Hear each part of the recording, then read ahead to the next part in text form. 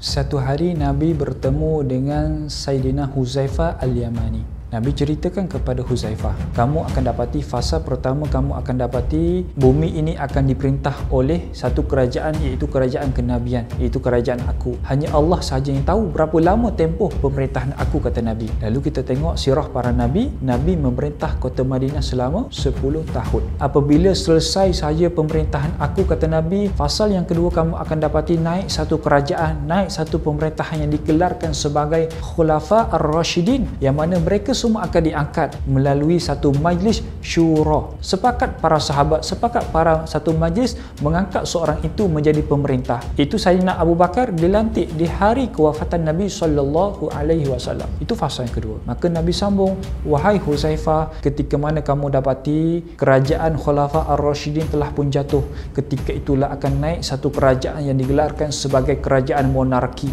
Apa itu monarki? Iaitu kerajaan keturunan. Bila mana ayah itu meninggal, maka ayah itu akan melantik anak yang menjadi raja. Maka betullah yang dikatakan oleh Nabi, ketika mana berakhirnya era pemerintahan Khulafa Ar-Rashidin, maka naiklah seorang sahabat Nabi yang bernama Umayyah ibn Abi Sufyan.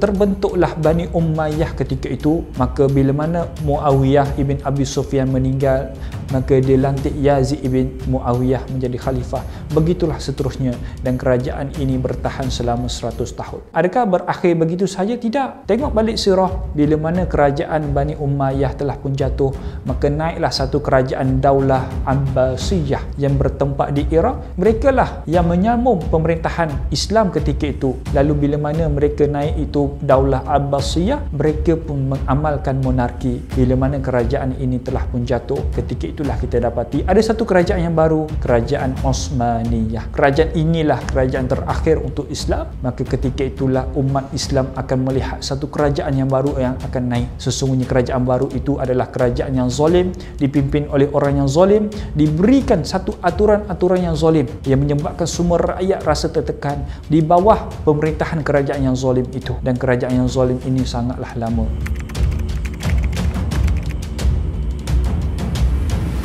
Di hujung pemerintahan yang keempat, fasa keempat, kata Nabi, kalian akan dapati satu fasa yang terakhir, yang mana umat Islam akan dipimpin satu kerajaan kenabian pula, iaitu Nabi Allah Isa alaihi salam. Lalu ketika itulah umat Islam akan rasa kegembiraan, umat Islam akan rasa Islam diangkat, umat Islam akan rasa keadilan. Tapi sebelum Nabi Isa diangkat, akan ada seorang anak muda yang baru saja diangkat. Anak muda inilah akan cetuskan kemarahan umat Islam. Anak muda inilah akan akan beri semangat kepada anak-anak muda, kepada orang Islam untuk naik. Anak muda inilah Muhammad ibn Abdullah Al-Mahdi. Anak muda inilah ke depan bawa pasukan Islam yang bukan Islam berlawan dengan pasukan yang benci kepada Islam, sampailah satu tahap kemuncak turunnya Nabi Allah Isa alaihi salam. Ketika itulah Imam Mahdi memberi tampuk kepimpinan khalifah ketika itu diberikan kepada Nabi Isa, dan Nabi Isa lah membawa kepimpinan Islam ketika itu dengan sangat baik.